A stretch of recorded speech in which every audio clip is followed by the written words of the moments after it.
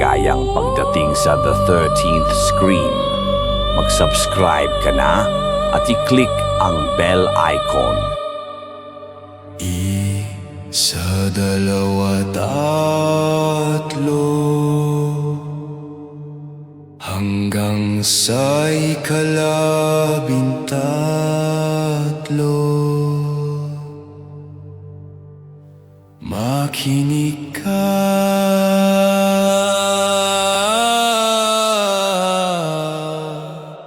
huminga ka, wala nang ligtas mula sa dilim. Suportahan din natin ang isa pang horror channel na nagsisimula pa lang, Alitaptap ng Dilim sa YouTube. Bagong boses ng kilabot, bagong ilaw sa dilim.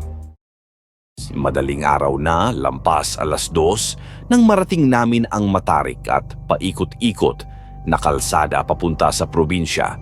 Ako, ang asawa kong si Liza at ang binatilyo naming anak na si Ramil ay 3 oras nang bumibiyahe mula Iloilo City. Tahimik sa loob ng van, tanging ugong ng makina, mahinang tunog ng radyo at paminsang pagtama ng gulong sa lubak ang maririnig. Sa labas, puro dilim at silweta ng mga punong kahoy ang dumadaan sa gilid. Warimoy mga bantay na hindi kumukurap. Habang tumatakbo kami, napansin kong nagbago ang simoy ng hangin. Mabigat, parang may halong amoy ng lupa at nabubulok na dahon. May kung anong presensya na hindi ko maipaliwanag, na para bang may nakamasid mula sa mga aninong sumasabay sa aming paglalakbay. Sa bawat poste ng ilaw na nadadaanan, ramdam ko ang mabilis na pagtulas ng liwanag at muling paglunok ng dilim. Ang bawat sulok ng kalsada ay parang may tinatagong hindi ka nais-nais.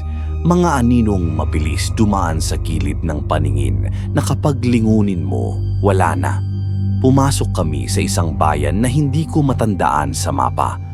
Walang karatula, walang gasolinahan, walang kahit anong palatandaan na kilala ko.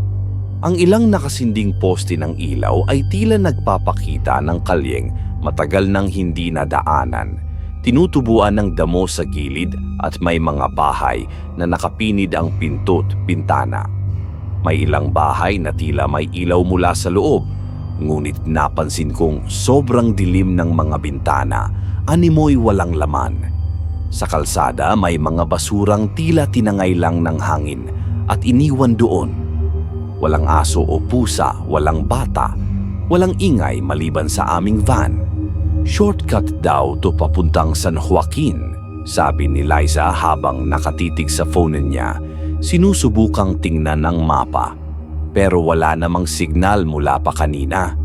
Si Ramil naman nakadungaw sa bintana, sumusulyap sa bawat kalyeng nadadaanan namin, para bang may inaabangan o nakikita na kami hindi ko nakikita. Paminsan-minsan ay napapakunot ang noo niya, pero nananatiling tahimik. May mga pagkakataong napapalingon siya sa gilid na para bang may gumagalaw sa dilim. Ngunit kapag titingnan ko, wala naman akong makikita. Habang lumalalim ang aming pagpasok sa bayan, ramdam ko ang kakaibang lamig na tila gumagapang mula sa ilalim ng van. Ang mga aninong nabubuo sa gilid ng kalsada ay nagmumukhang mga matitipunong tao na nakatayo lamang, pero alam kong gawa lang ito ng ilaw at dilim. O baka hindi lang basta ilusyon.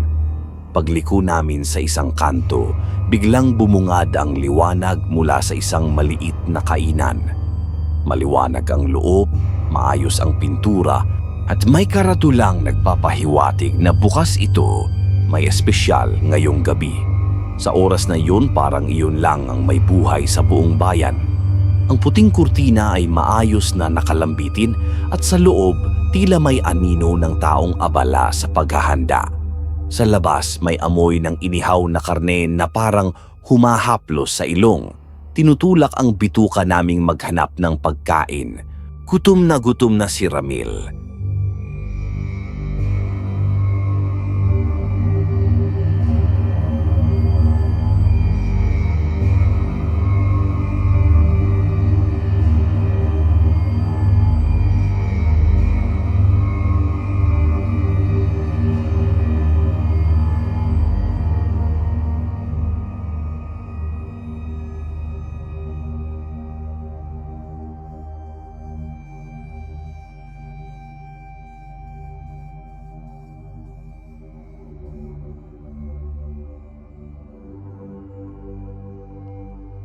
Sa isang kisap mata, nawala siya na parang hindi naroon kanina.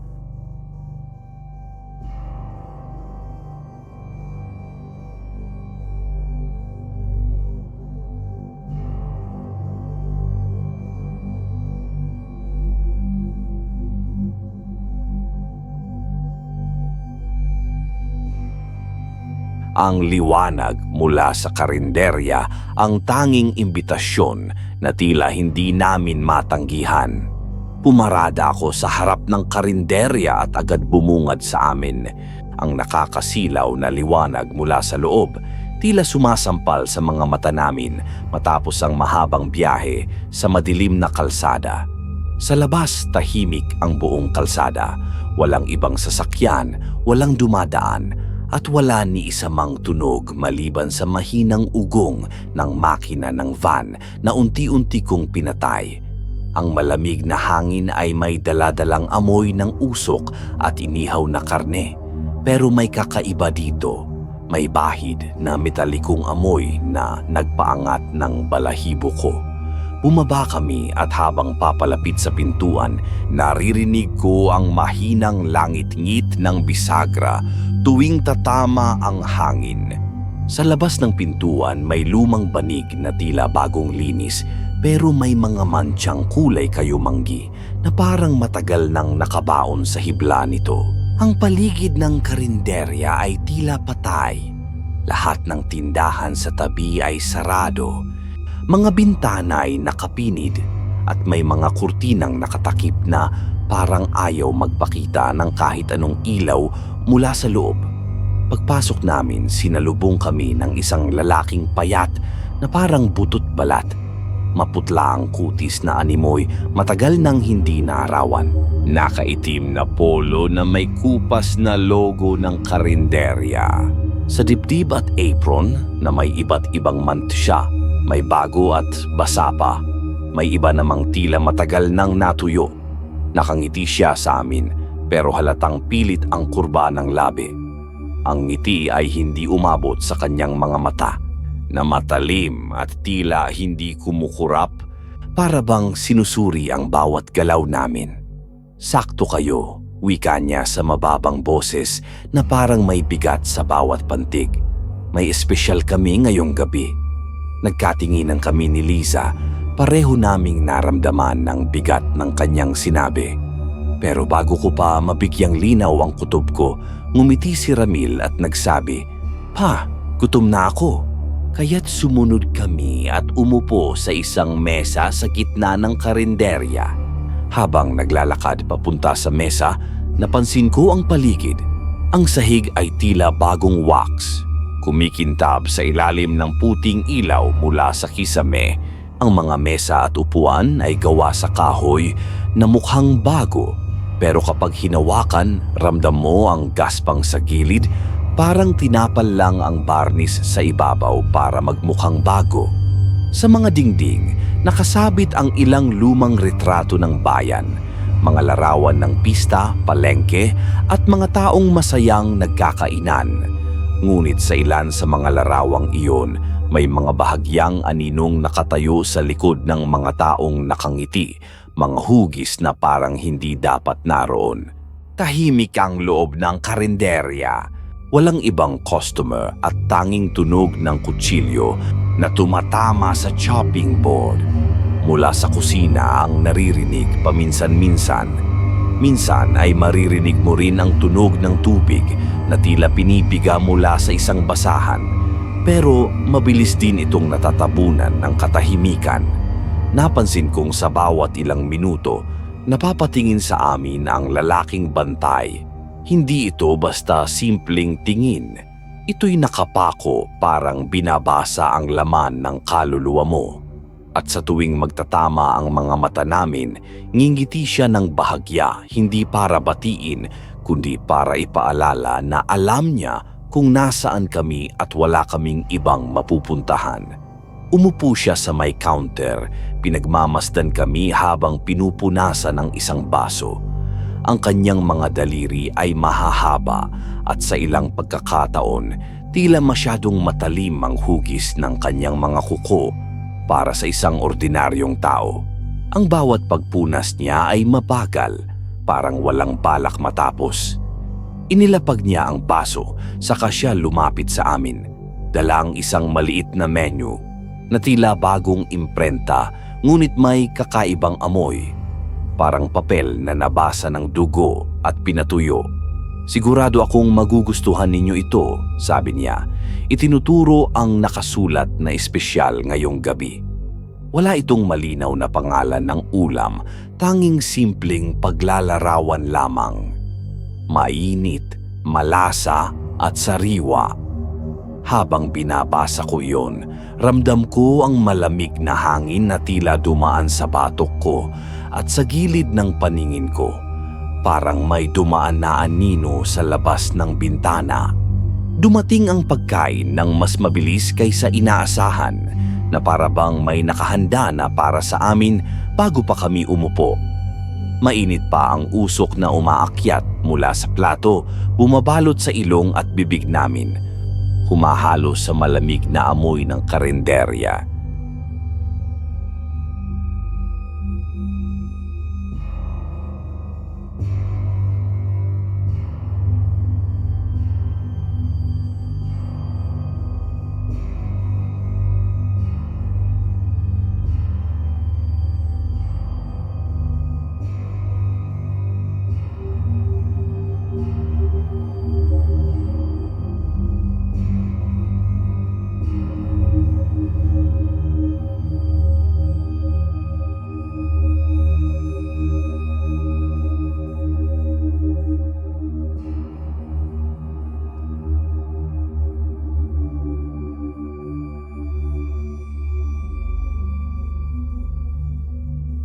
"Wow, ang bilis," sabi ni Ramil. Agad kumuha ng kutsara't tinidor. Naglagay ng sisig sa plato niya at halos hindi na naghintay na lumamig.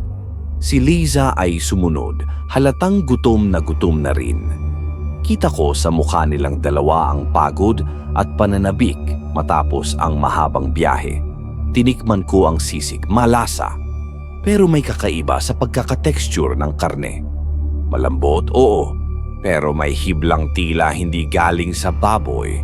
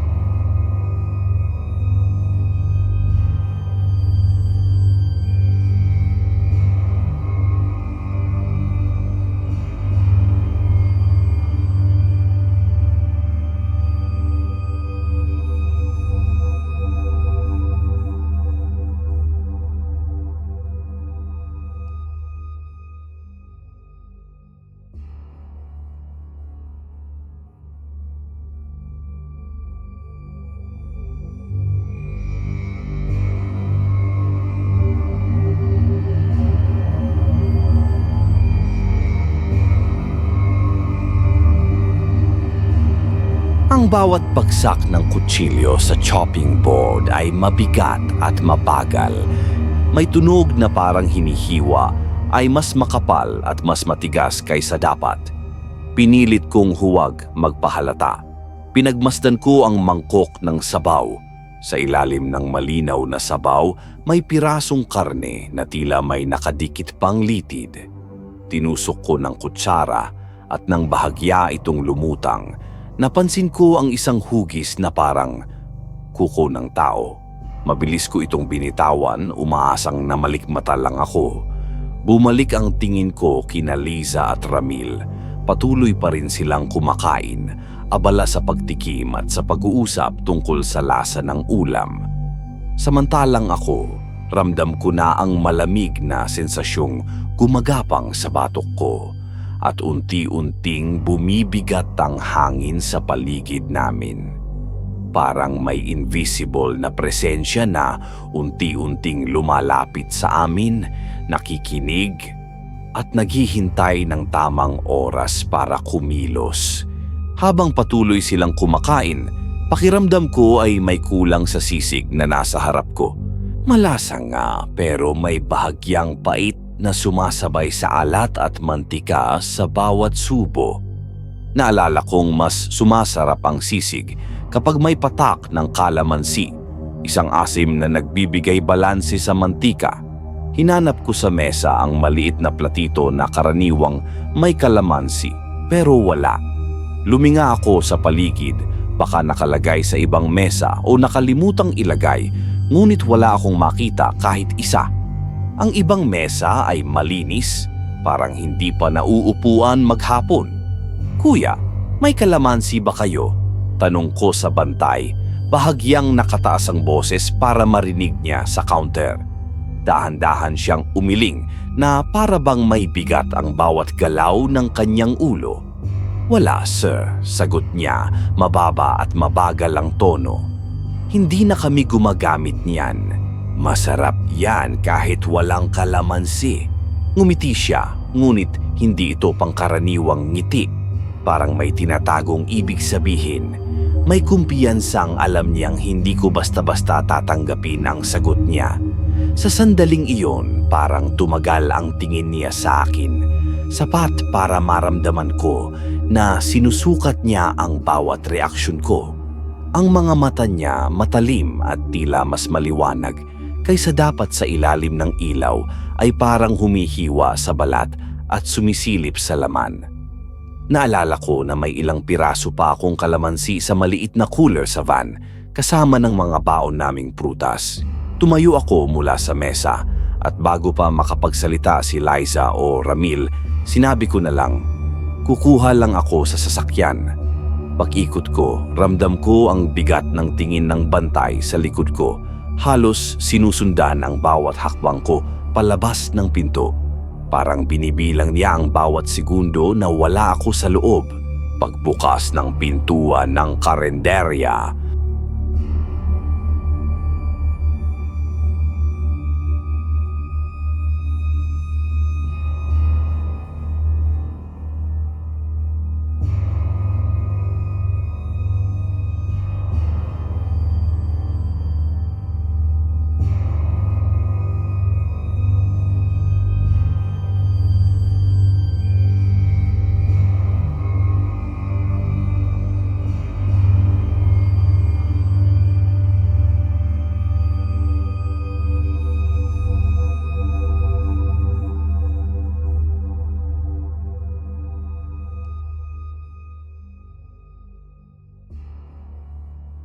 ang pintura'y kupas at may mga bitak sa pader.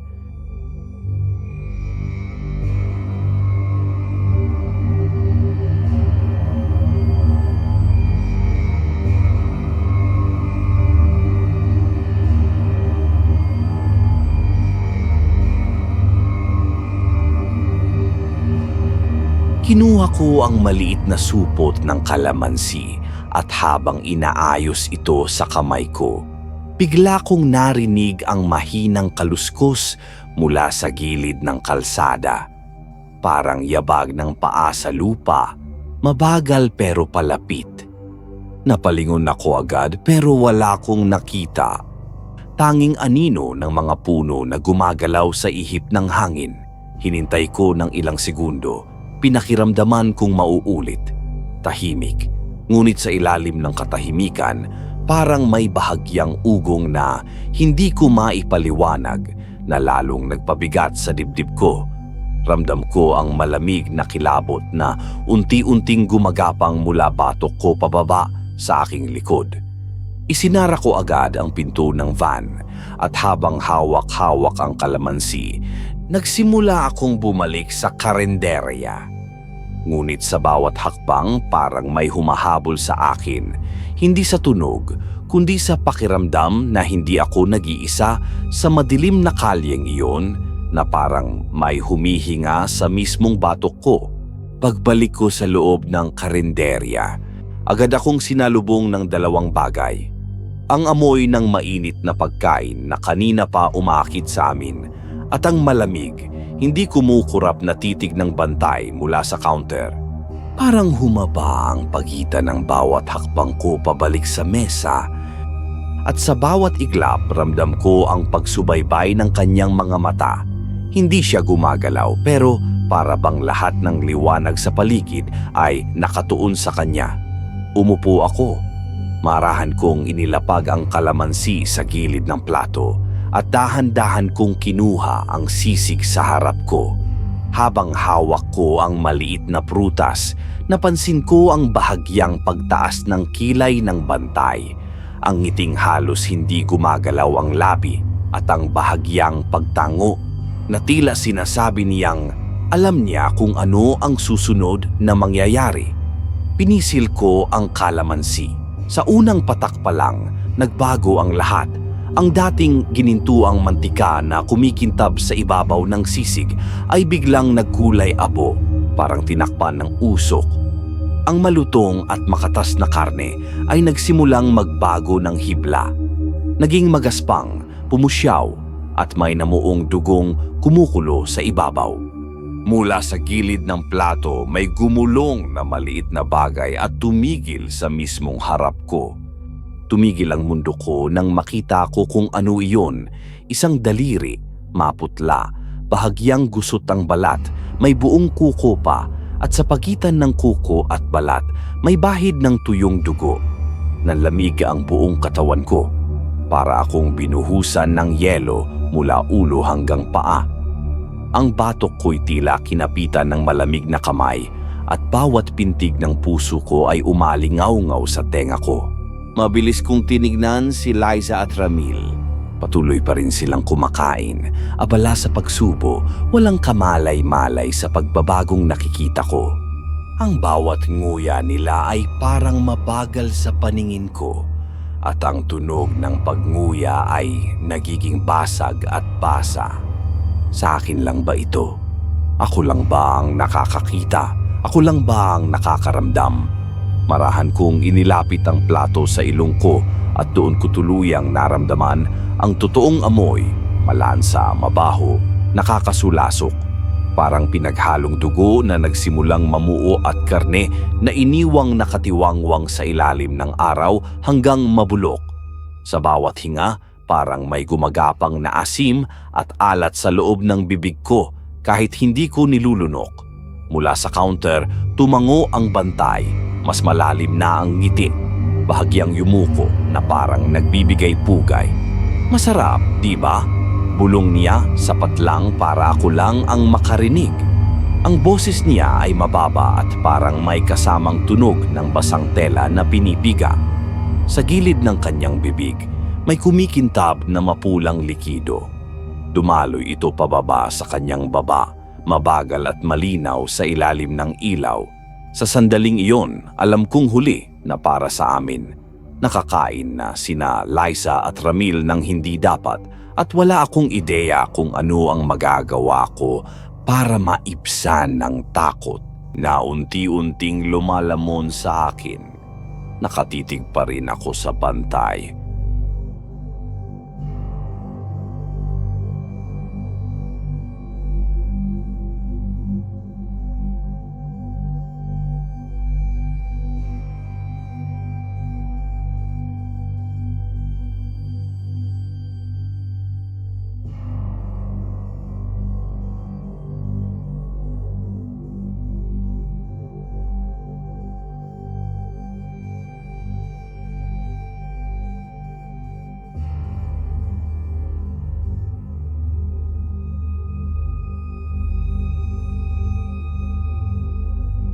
Tila dumadagundong sa katahimikan ng karinderya. Sa bawat hakbang, napansin kong humahaba ang kanyang anino sa sahig. Umaabot hanggang sa paanan ko at sa ilalim ng mesa. Parang may ibang hugis ang aninong iyon. Hindi tugma sa katawan niyang nakikita ng aming mga mata. Nang tumigil siya sa harap ko, bahagya niyang itinagilid ang ulo, parang pinag-aaralan ang reaksyon ko. Sa ilalim ng kanyang apron, napansin ko ang kakaibang galaw ng kanyang likod.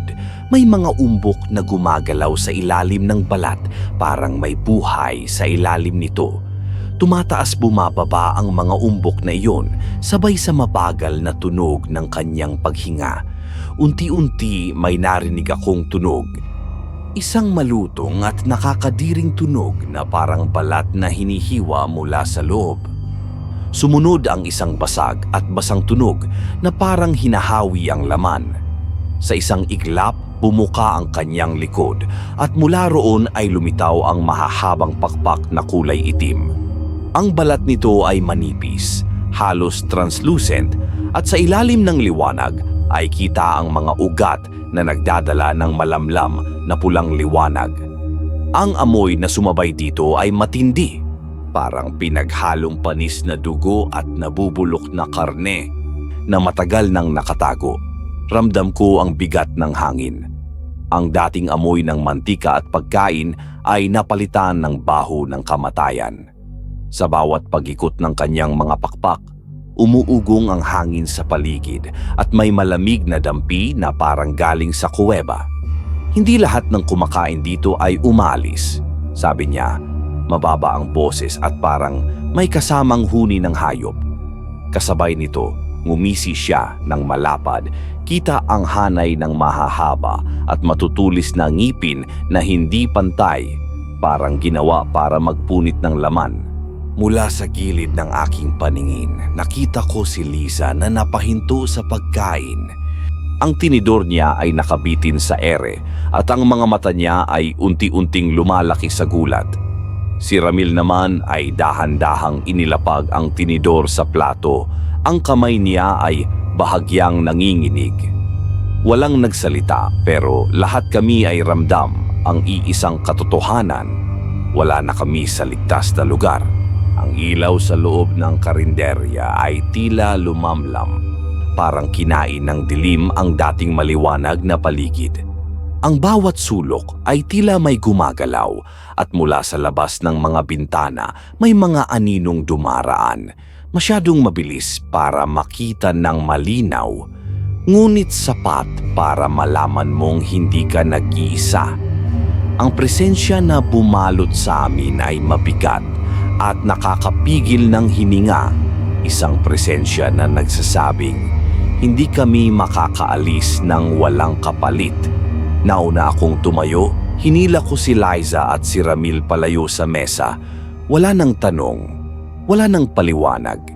Instinct na lang ang gumagalaw sa akin. Sa gilid ng paningin ko, gumalaw ang anino sa likod ng bantay. Isang mahaba at baluktot na kamay ang dahan-dahang kumapit sa gilid ng counter. Ang kuko nito'y kumikiskis sa kahoy na may tunog na parang bakal sa bakal. Biglang bumukas ang pinto ng karinderya na para bang sinabayan ng malakas na hangin, ngunit ramdam ko, walang dumaan. Hinablot ko ang susi sa bulsa at halos masamid sa paghinga habang tinutulak ko sila papalabas. Pagdating sa bungad, dalawang silweta ang nakatayo sa gitna ng kalsada. Payat, ang mga leeg ay tila mas mahaba kaysa normal at nakapaling ang ulo sa isang hindi natural na anggulo. Pareho silang nakatingin diretso sa amin. Kaliwa, bulong ko, sabay hatak sa kanila. Tumakbo kami sa gilid ng pader, dumaan sa pagitan ng mga mesa sa labas. Ang lamig ng hangin ay parang may kasamang halimuyak ng dugo. Paglingon ko, may kaluskos na mabilis na sumusunod mula sa loob ng karinderya, kasabay ng pagkaladkad ng kung anumang mabigat na tumatama sa sahig. Paglapit namin sa van, nanginginig ang kamay ko habang sinusuksok ang susi. Sa bawat segundo, lumalapit ang yabag. Mas mabilis kaysa kaya kong umandar. Binuksan ko agad ang pinto at pinapasok si Liza at Ramil sa likod. Paglingon ko, nasa may gilid na ng van ang isang nilalang, payat, nakayuko, ang mga daliri matutulis na parang kuko ng hayop. Hindi ito nagsalita, pero ang paghinga nito'y mabigat at mababaw, parang sinisinghot ang takot namin. Pumasok ako sa driver's seat, sinusi at agad pinaandar ang makina. Bago ko pa maihakbang ang paa sa silidyador, sumalpok sa bubong ang isang mabigat na bagay.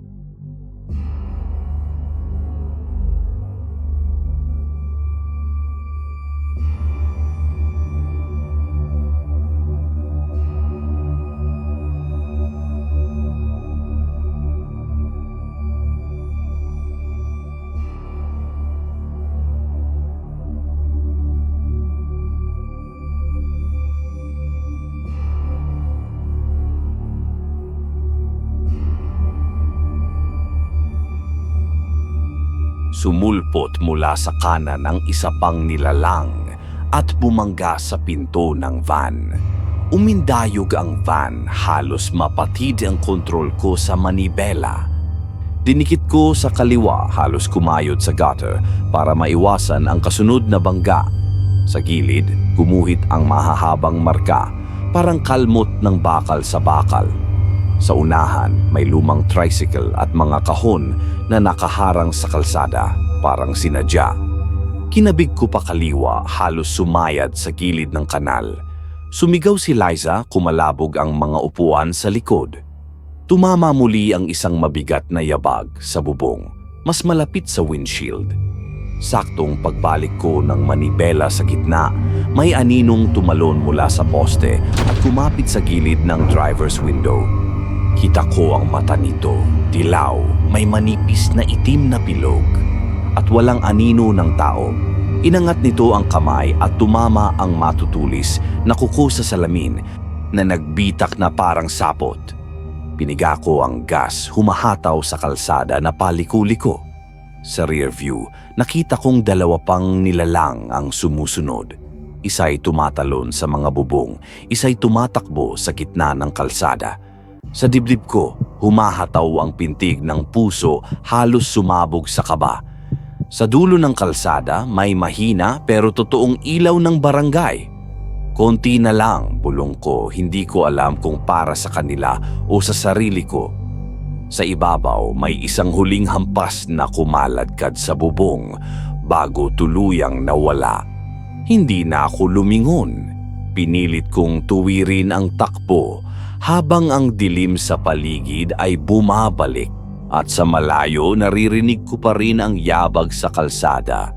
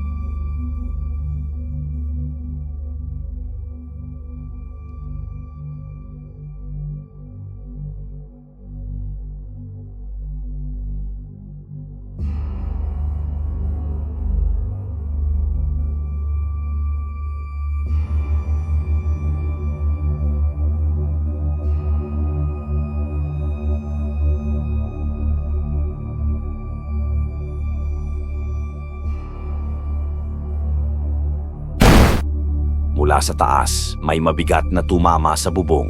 Sumunod ang mahabang kalmot na parang bakal sa lata mula harap hanggang likod.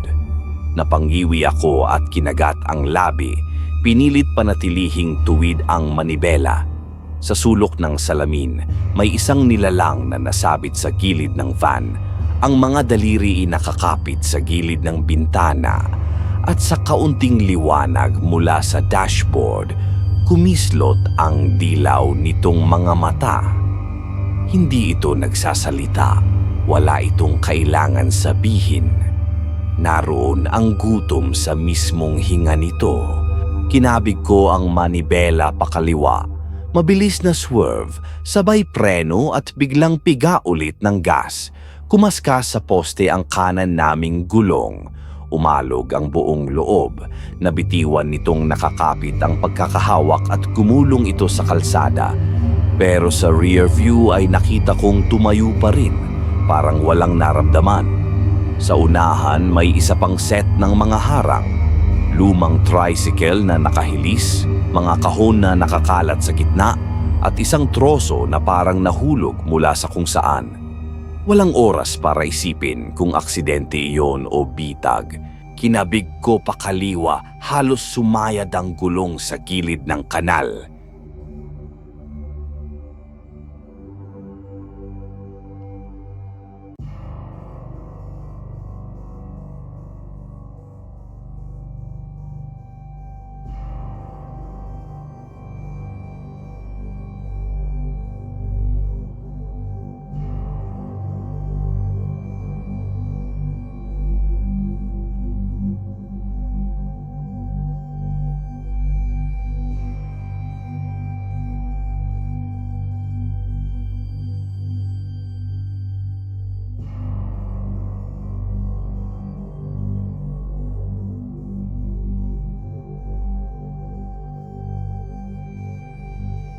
Tumama ito sa pinto ng van at ang buong van ay umindayog.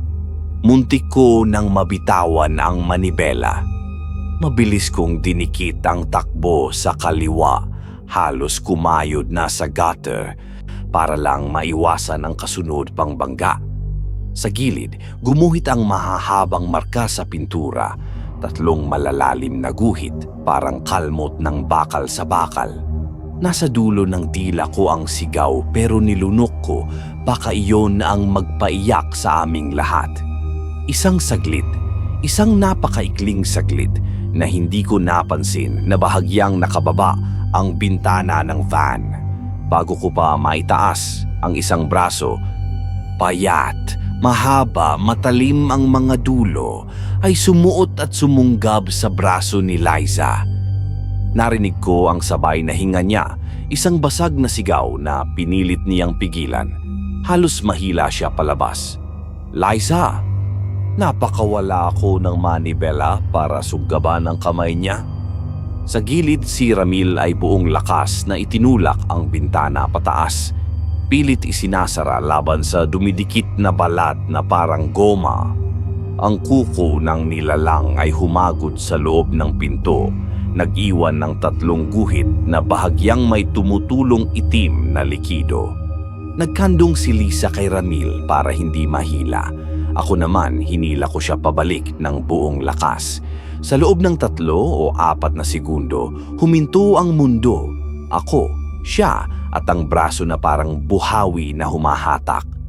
Ramdam ko ang dulas ng pawis sa aking palad, ang pagkagat ng mga litid sa braso ko, at ang pagkatuyo ng lalamunan ko sa takot. Isinagad ni Ramil ang bintana at sa isang iglap na tapyas ang kapit ng braso sa gilid. Nabawi namin si Lisa at napaupo siya ng madiin.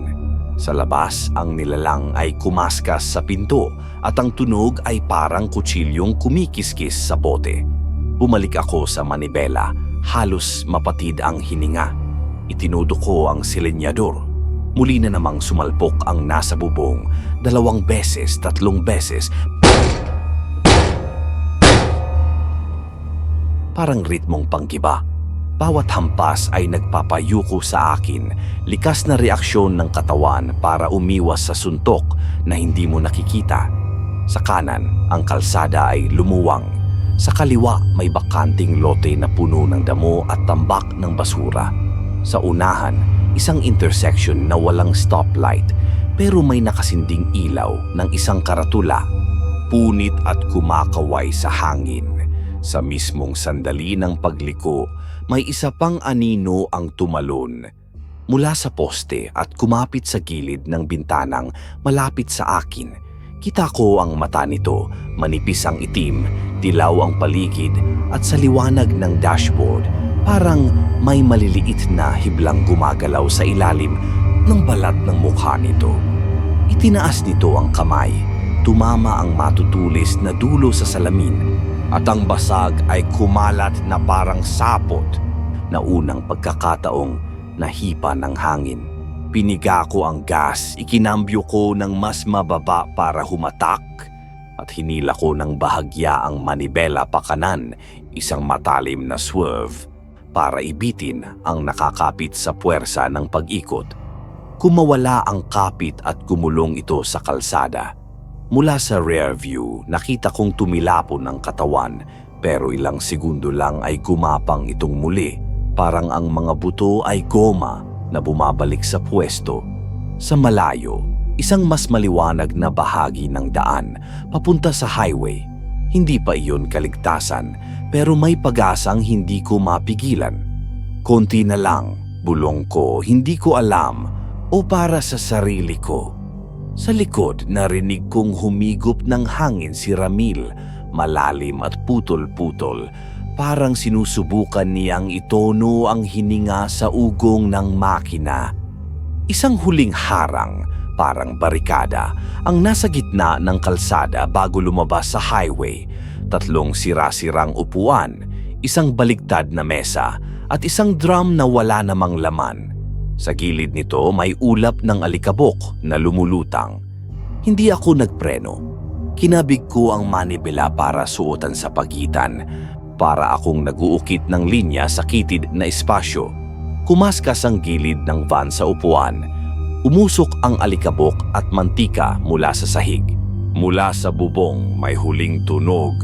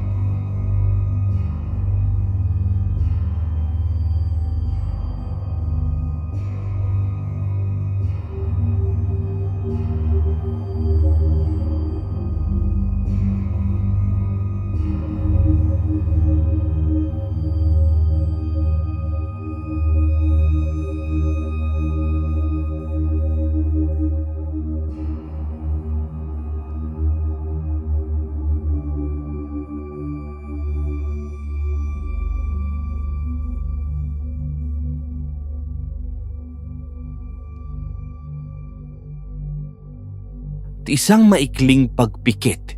Ramdam ko pa rin ang panginginig ng manibela sa ilalim ng mga kamay ko o baka kamay ko na ang nanginginig. Si Liza ay hindi pa rin bumibitaw kay Ramil. Ang anak ko ay nakayuko, pinipigilan ang iyak at pilit humihinga ng pantay. Buhay tayo. Bulong ko, mahina, mas para sa sarili ko kaysa sa kanila. Buhay tayo. Muli kong piniga ang gas, hindi kami pwedeng huminto ng matagal. Ang kalsada sa harap, diretsyo, mas maliwanag. May mga ilaw ng tindahan sa malayo at mga bahay na may bubukang kurtina. May mga buhay na hindi alam ang gabing dinaanan namin. Hindi pa iyon ligtas, but this is away from them. At sapat na iyon para sa ngayon. Sa salamin ang dilim sa likod ay nanatiling buo. Parang kumikilos at humihinga. Hindi ko hinayaang mahila kami nito pabalik. Tumingin ako sa kalsada, kumapit muli sa manibela at itinuon ang lahat ng natitirang lakas sa pagmamaneho. Sa bawat metro na inilalayo namin, nararamdaman ko pa ring sumusunod sa hangin ang isang kakintalan ng amoy. Malamig, malansa, mahirap kalimutan. Wala ni isa sa aming nagsalita. Pero sa katahimikan naming 3, may iisang sigaw na magkakasing lakas. Huwag na huwag kaming babalik doon. At nang makita ko ang unang senyales ng ibang barangay, isang lumang karatula, nakulang ang ilang letra, isang tindahang bukas pa na may ilaw sa loob, at ang kumikislap na pulang ilaw ng isang outpost na may nakapark na motorsiklo. Dun ko lang binitiwan ang hiningang kanina ko pa pinipigilan. Hindi pa kami ligtas, pero nakalayo kami. At sa gabing ito, yun muna ang ibig sabihin ng pag-asa. Umaga na nang dumiretso kami sa pinakamalapit na police station. Pagkaparada ko ng van, pakiramdam ko'y nananatili pa rin sa hangin ang mabigat na presensya ng gabing iyon.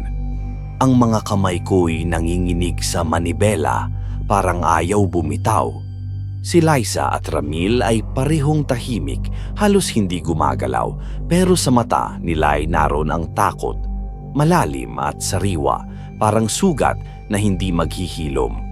Pagpasok namin, sinalubong kami ng isang matangkad na pulis.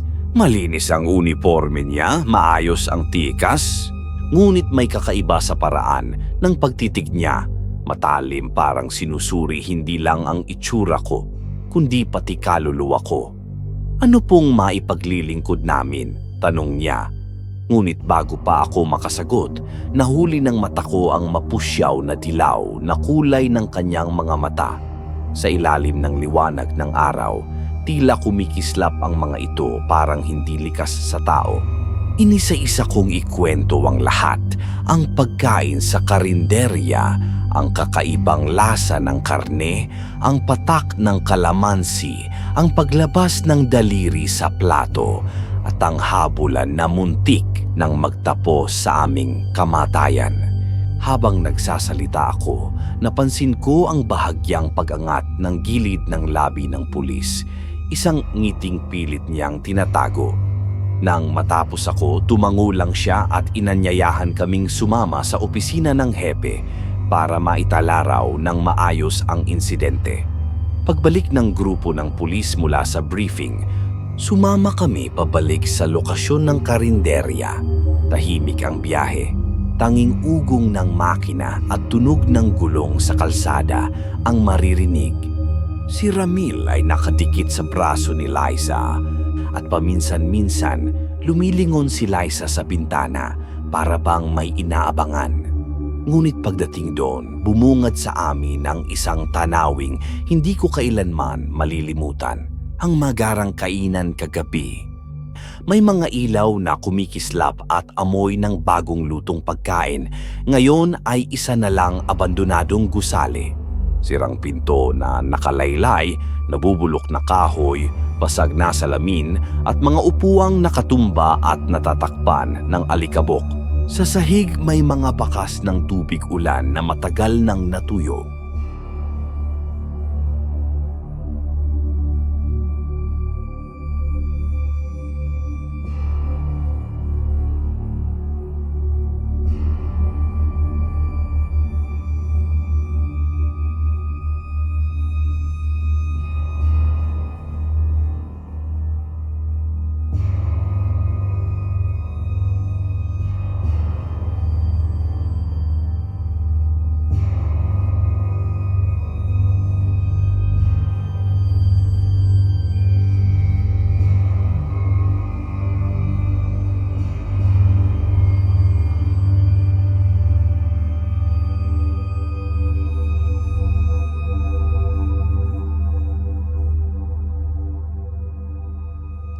Naging mas matingkad ang dilaw at ang ngisi niya ay mas malinaw na ngayon.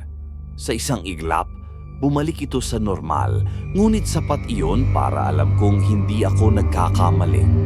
Wala naman pong kakaiba dito, malamig niyang sabi. Baka guni-guni lang dala ng pagod sa biyahe.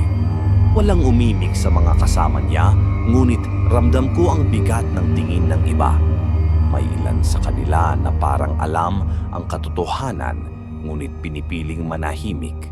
Sa ilalim ng araw na dapat ay nagbibigay linaw, mas lalo lang lumabo ang lahat. At habang tumitingin ako sa lumang gusali, alam ko sa sarili kong hindi pa tapos ang lahat. Hindi lang sila nanonood, naghihintay sila. At isa sa kanila ay nasa tabi lang namin ngayon.